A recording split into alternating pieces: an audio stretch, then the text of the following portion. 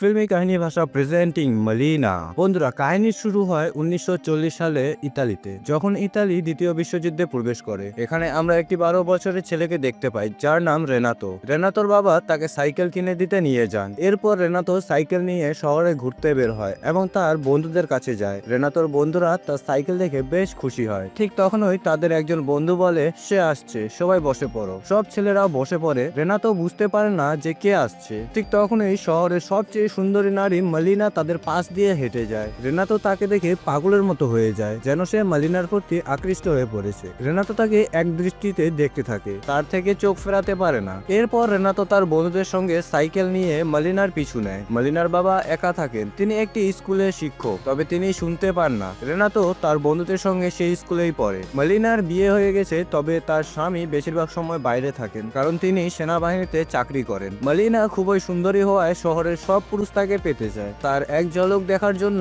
তারা ব্যাকুল হয়ে থাকে। তবে শহরের নারীরা তাকে ঈর্ষা করে এবং তার মতো সুন্দর হতে চায়। এরপর আমরা রেনাতোকে দেখতে পাই, যে স্কুলে থাকে। সেখানে তার মনে বারবার মালিনার কথা ঘুরপাক খায়, যার কারণে সে পড়াশোনায় মনোযোগ দিতে পারে না। স্কুল শেষ হওয়ার পর রেনাতো সাইকেল নিয়ে মালিনার বাড়ি যায় এবং রাস্তার ওপারে বসে মালিনার বের হওয়ার অপেক্ষা করতে থাকে। ঠিক তখনই মালিনা বাড়ি থেকে বের হন এবং রেনাতোকে তার কাছে ডাকেন। তাকে টাকা দিয়ে সিগারেট আনতে বলেন। রেনাতো মালিনার দিকে এক দৃষ্টিতে তাকিয়ে থাকে। ঠিক তখনই সে নিজের কল্পনা থেকে বের হয়ে আসে এবং দেখে সে এখনো রাস্তার পাশে বসে আছে। এরপর রেনাতো বাড়ি ফিরে তার বাবার প্যান্ট চুরি করে টেলারের কাছে নিয়ে যায় এবং সেটিকে নিজের পরার উপযোগী করে বানানোর অনুরোধ করে। তবে এই ঘটনা তার বাবা জানতে পারেন। তিনি রেনাতোকে প্রচন্ড বোকা দেন এবং বলেন, তোমার বয়স এখনো হাফ প্যান্ট পরা। মালিনা বিবাহিত জানার পরেও রেনাতো মালিনার প্রতি নজর রাখা বন্ধ করে না। সে রাতে গোপনে গাছের ওপরে ওঠে, জানলার ফাঁক দিয়ে মালিনার ঘরের দিকে তাকিয়ে থাকে। সে দিনরাত মালিনাকে অনুসরণ করতে থাকে।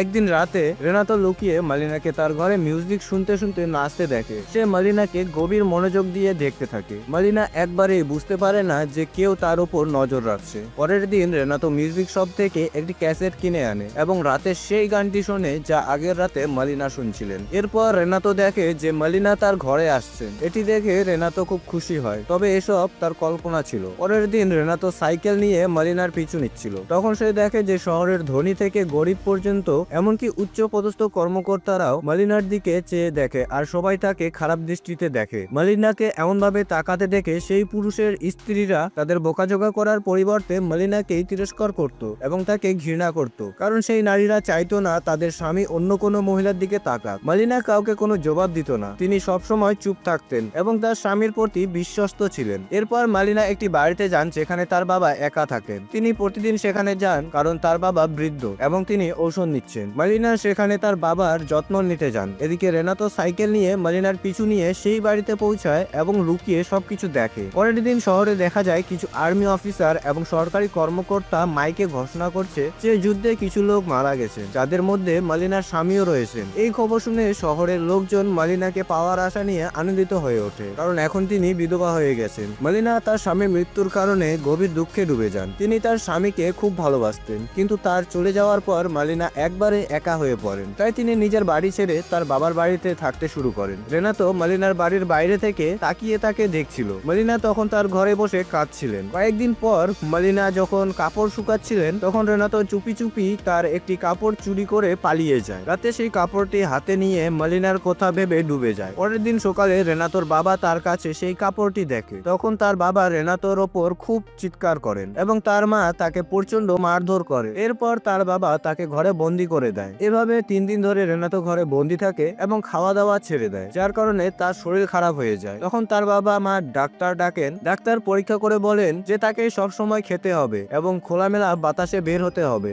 এরপর রেনাতো সাইকেল নিয়ে বাইরে বের হয়। বাইরে গিয়ে সে দেখে যে মালিনার বিরুদ্ধে শহরের সব মহিলারা গুজব ছড়াচ্ছে যে তিনি অন্য পুরুষদের সঙ্গে মেলামেশা করেন। কিছু পুরুষও মালিনাকে নিয়ে বাজে কথা বলছিল, কিন্তু রেনাতো জানতো যে মালিনা এমন নন। পরদিন মালিনার বাবা যখন স্কুলে পড়াচ্ছিলেন, তখন তার কাছে একটি চিরকুট আসে। সেখানে লেখা ছিল, তোমার মেয়ে ভালো নয়, শহরের অনেক পুরুষের সঙ্গে তার সম্পর্ক আছে। এটি শুনে মালিনার বাবা রেগে ফেটে পড়েন এবং মালিনাকে নিজের মেয়ে হিসাবে মেনে নিতে অস্বীকার করেন। তিনি মালিনাকে তার বাড়ি থেকে বের করে দেন। এরপর মালিনা তার পুরনো বাড়িতে ফিরে যান। এক রাতে রেনাতো গাছে উঠে জানালার ফাঁক দিয়ে মালিনাকে দেখতে যায়। সেখানে সে দেখে মালিনার টাউনের এক অফিসারের সঙ্গে সম্পর্ক চলছে। এটি দেখে দেখে রেনাতোর খুব খারাপ লাগে। এরপর যখন সেই অফিসার বাইরে বের হন তখন একজন ডেন্টিস্ট তার ওপর আক্রমণ করে। ওই ডেন্টিস্ট মালিনাকে পছন্দ করত। ঠিক তখন ওই ডেন্টিস্টের স্ত্রী পুলিশকে নিয়ে সেখানে এসে উপস্থিত হয়। তিনি অভিযোগ করেন যে তার স্বামীর মালিনার সঙ্গে সম্পর্ক চলছে। তিনি মালিনার বিরুদ্ধে মামলা করেন। এই ঘটনা আগুনের মতো শহরে ছড়িয়ে পড়ে যে মালিনার এক বিবাহিত পুরুষের সঙ্গে সম্পর্ক আছে। এই গুজবে মালিনা খুবই বিরক্ত হয়ে পড়েন। তিনি টাউনের এক বড় আইনজীবীর কাছে যান এবং তাকে মামলা লড়ার অনুরোধ করেন। আইনজীবী মালিনার পরিস্থিতি সুযোগ নিতে চায়, তাই তিনি রাজি হন। পরে কোর্টে শুনানি শুরু হয়। মালিনার আইনজীবী বলেন যে ডেন্টিস্টের সঙ্গে মালিনার কোনো সম্পর্ক নেই এবং অফিসার শুধু তার বন্ধু। আদালতে মালিনার আইনজীবী মামলা জিতে যায়। এরপর সেই আইনজীবী মালিনার বাড়িতে আসে। মালিনা তাকে তার ফি দেন, তবে আইনজীবীর ফি খুব বেশি ছিল।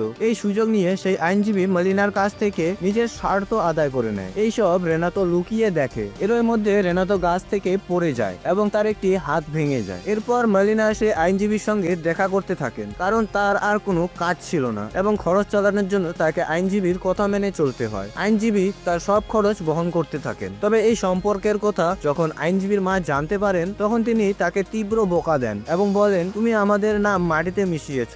এটি শুনে আইনজীবী মালিনার সঙ্গে তার সম্পর্ক শেষ করে দেন। এর ফলে মালিনা একেবারে একা হয়ে যান। মালিনাকে কেউ কাজ দিতে চায় না এবং তার স্বামীর মৃত্যুর পর যে পেনশন পেতেন সেটাও এখন বন্ধ হয়ে যায়। এক রাতে মালিনা নিজের চুল কেটে ছোট করে ফেলেন। তিনি ভাবেন, যখন আমি কিছু না করেই খারাপ হিসেবে বিবেচিত হই তখন কেননা সত্যিই খারাপ হয়ে যায়। পরের দিন মালিনা এক ভিন্ন রূপে শহরে আসেন। তাকে দেখে শহরের সবাই হতবাক হয়ে যায়। বিধবা মালিনার এই নতুন রূপ দেখে শহরের পুরুষরা খুশি হয়। মালিনা একটি খালি চেয়ারে গিয়ে বসেন এবং সিগারেট মুখে নিয়ে তা জ্বালানোর চেষ্টা করেন। তখন একাধিক পুরুষ তার কাছে আসে এবং একজন তার সিগারেট লাইটার দিয়ে জ্বালিয়ে দেয়। মালিনা ভাবতে থাকেন, যখন আমি সৎভাবে বাঁচতে চেয়েছিলাম তখন সবাই আমাকে বাধা দিয়েছিল, আর এখন সবাই আমার অসহায়তার সুযোগ নিতে চায়। তাই নিজের প্রয়োজন এবং অর্থ উপার্জনের জন্য মালিনা ভুল পথে হাঁটা শুরু করেন। এরপর একদিন মালিনা একজন পুরুষের সঙ্গে একটি হোটেলে চলে যান। দূর থেকে দাঁড়িয়ে রেনাতো এসব দেখছিল। এই সব কিছু তার একদম ভালো লাগছিল না। রাতে রেনাতো মালিনার বাড়ির ওপর নজর রাখে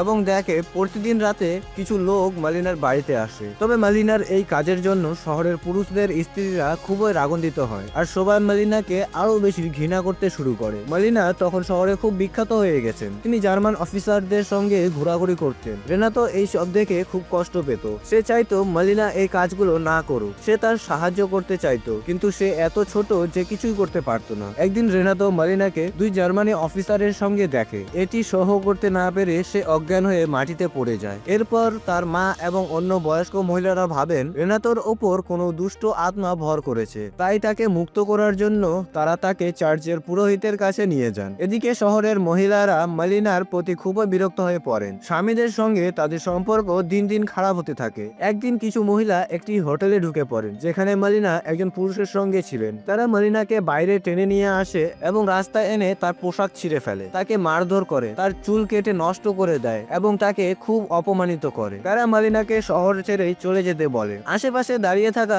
কেউই মালিনাকে বাঁচাতে এগিয়ে আসে না। মালিনার সঙ্গে যা ঘটে তাতে তিনি খুবই কষ্ট পান, কিন্তু সেখানে থেকে তিনি আর অপমান সহ করতে পারেন না। তাই মালিনা শহর ছেড়ে চলে যান আর রেনাতো দূর থেকে এইসব দেখছিল। কয়েকদিন পর মালিনার স্বামী শহরে ফিরে আসেন। তিনি তখনও জীবিত ছিলেন, কিন্তু যুদ্ধে তার একটি হাত হারিয়ে ফেলেছিলেন। তাকে দেখে শহরের সবাই হতবাক হয়ে যায়। তিনি মালিনাকে খুঁজতে তার বাড়িতে যান। সেখানে গিয়ে তিনি দেখতে পান তার বাড়িতে অন্য লোকেরা বসবাস করছে। যুদ্ধে তাদের বাড়ি ধ্বংস হয়ে গিয়েছিল, তাই তারা মালিনার বাড়িতে থাকছিল। মালিনার স্বামী শহরের লোকজনের কাছে তার স্ত্রীর খোঁজ করেন, কিন্তু কেউই তাকে জানাতে চায় না যে মালিনার কি হয়েছে বা তিনি কোথায় গেছেন। এমনকি তার বন্ধুরাও মালিনার নামে খারাপ কথা বলতে শুরু করে। তারা বলে তার উপস্থিতিতে মালিনা কি কি করতেন। এই সব শুনে মালিনার স্বামীর খুব খারাপ লাগে। রেনাতো মালিনার স্বামীকে তার সম্পর্কে জানাতে চেয়েছিল, কিন্তু তার মধ্যে এত সাহস ছিল না যে সে তার সামনে গিয়ে কথা বলতে পারে। তবে রেনাতো জানতো মালিনা কোন ট্রেনে কোথায় গিয়েছে, তাই রাতে সে মালিনার স্বামীর কাছে একটি চিঠি ফেলে দিয়ে পালিয়ে যায়। সেই চিঠিতে লেখা ছিল